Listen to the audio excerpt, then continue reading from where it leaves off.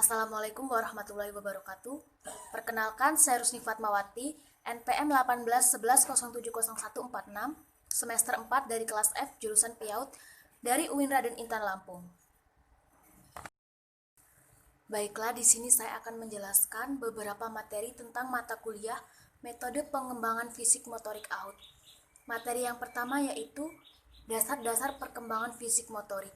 Perkembangan motorik merupakan salah satu aspek yang harus diperhatikan perkembangan pada anak usia dini.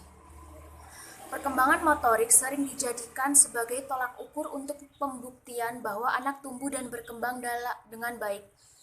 Perkembangan motorik adalah sesuatu yang membicarakan gerakan jasmani yang terkoordinasi sehingga dalam perkembangannya dibutuhkan sebagai stimulus yang tepat untuk anak usia dini.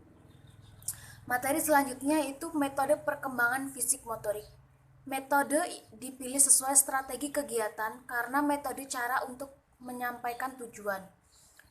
Metode disesuaikan dengan karakteristik anak, kemampuan motorik, gerak kasar dan halus, mengelola gerak, mengontrol gerak tubuh dan koordinasi, keterampilan tubuh dan cara hidup sehat.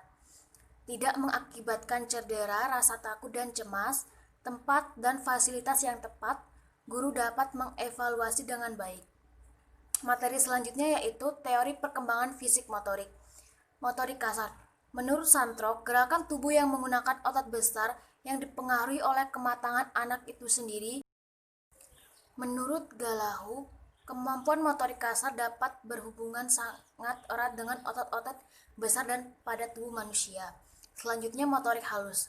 Menurut teori John W. Santrok, meliputi gerakan-gerakan yang menyesuaikan secara halus seperti ketangkasan jari. Selanjutnya menurut teori Harlock, gerakan yang berkaitan dengan otot-otot halus atau sebagian anggota tubuh tertentu yang pengembangannya dipengaruhi oleh kemampuan untuk belajar dan berlatih. Materi selanjutnya yaitu perkembangan fisik motorik AUD. Setiap anak perkembangan fisiknya berbeda-beda. Ada beberapa anak yang pertumbuhannya sangat cepat dan ada anak yang pertumbuhannya sangat lambat. Seiring dengan perkembangan yang beranjak matang, perkembangan motorik anak sudah terkoordinasi dengan baik. Setiap gerakan sudah selaras dengan kebutuhan dan minat anak. Selanjutnya, materi selanjutnya yaitu tahap perkembangan dan pertumbuhan fisik motorik. 7 tahap perkembangan motorik anak. Yang pertama, usia 0-3 bulan. Latihan motorik halusnya dengan memberikan benda yang dapat digenggam atau memberikan sentuhan halus pada jarinya atau menyilangkan tangannya untuk menguatkan otot lengannya. Selanjutnya, usia 4-6 bulan. Motorik halusnya mulai berkembang dengan mengeksplorasi mainan dengan menggenggam dan menggapainya. Selanjutnya, usia 7-9 bulan, motorik halusnya terus berkembang dengan kemampuan menggapai mainan dengan dua tangan, serta mengambil benda yang lebih kecil dan dengan ibu jari atau jari yang lainnya. Selanjutnya, usia 10-12 bulan, dapat mempertahankan keseimbangan dengan posisi duduk saat melempar bola dan bertepuk tangan sebagai perkembangan motorik halusnya. Yang selanjutnya, usia 1-7 tahun. Kemampuan motorik halusnya seperti menyusun menara dan balok, mencoret-coret dan belajar melepas celana atau bajunya. Selanjutnya usia 2-3 tahun. Sudah diajak berkreasi karena mampu menggunting kertas, membuat lingkaran serta mencoret sesuai keinginannya. Selanjutnya usia 3-4 tahun, motorik halus si kecil pun menunjukkan kemampuan dengan pandai mengoleskan lem dengan rapi, meronce, menyusun puzzle, dan menuangkan cairan ke dalam botol dengan hati-hati. Materi selanjutnya yaitu ruang lingkup perkembangan fisik motorik. Perkembangan fisik merupakan perkembangan yang signifikan bagi anak. Menurut Harlock, perkembangan fisik anak usia dini mencakup 4 aspek. Yang pertama, sistem syaraf yang berkaitan erat dengan perkembangan kecerdasan dan emosi. Yang kedua, otot-otot yang mempengaruhi perkembangan kekuatan dan kemampuan motorik. Yang ketiga, kelenjar endokrin yang menyebabkan munculnya pola-pola tingkah laku baru. Yang keempat, struktur tubuh yang meliputi tinggi, berat, dan proporsi tubuh. Materi selanjutnya yaitu bentuk dan jenis permainan untuk perkembangan fisik motorik anak. Yang pertama, bermain di luar ruangan. yang kedua bermain di dalam ruangan, yang ketiga bermain dengan alat, yang keempat bermain tanpa alat.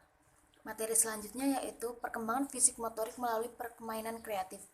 Istilah permainan kreatif sebenarnya tidak mengacu pada tipe permainan, tetapi pada pendekatan pembelajaran yang digunakan. Pendekatan permainan kreatif digunakan sebagai dasar untuk mencangkup sebuah kurikulum yang disebut dengan model kurikulum permainan kreatif. Model ini awalnya dikembangkan di Universitas Tennessee Cornell pada tahun 1985. Materi selanjutnya yaitu indikator perkembangan fisik motorik anak usia dini. Menurut Harlock, perkembangan fisik anak usia dini mencangkup 4 aspek, yaitu sistem syaraf, otot-otot, kelenjar endokrin, dan struktur tubuh. Materi selanjutnya yaitu program pembentukan kesegaran jasmani.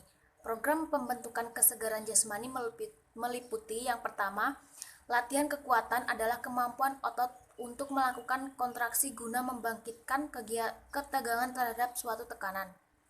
Yang kedua, latihan kecepatan adalah kemampuan untuk melakukan gerakan-gerakan yang sejenis secara berturut-turut dalam waktu yang sesingkat-singkatnya atau kemampuan untuk menempuh suatu jarak dalam waktu yang sangat cepat. Yang ketiga, latihan kelincahan adalah kemampuan untuk mengubah arah dan posisi tubuh dengan cepat dan tepat pada waktu yang sedang bergerak, tanpa kehilangan keseimbangan dan kesadaran akan posisi tubuhnya. Materi selanjutnya yaitu unsur-unsur kesegaran jasmani. Unsur-unsur kesegaran jasmani yang dikemukakan oleh para ahli yang perlu dipahami adalah sebagai berikut. Yang pertama, kekuatan, daya tahan, kecepatan, kelincahan, kelentukan, dan koordinasi. Materi selanjutnya yaitu perencanaan, pelaksanaan, dan penilaian program kegiatan fisik motorik di TK. Yang pertama, perencanaan. Menentukan tujuan atau aspek yang akan dikembangkan, pemilihan bentuk kegiatan yang akan dilaksanakan, pemilihan alat dan bahan yang akan digunakan, pemilihan metode. Yang kedua, pelaksanaan. Untuk melaksanakan pengembangan fisik atau motorik di TK, maka perlu dilihat lagi isi pengembangan kegiatan fisik motorik baik untuk kelas A maupun kelas B. Kurikulum berlaku untuk 1 semester dan dapat diulang dari awal untuk semester berikutnya dengan tingkat kesulitan yang lebih tinggi.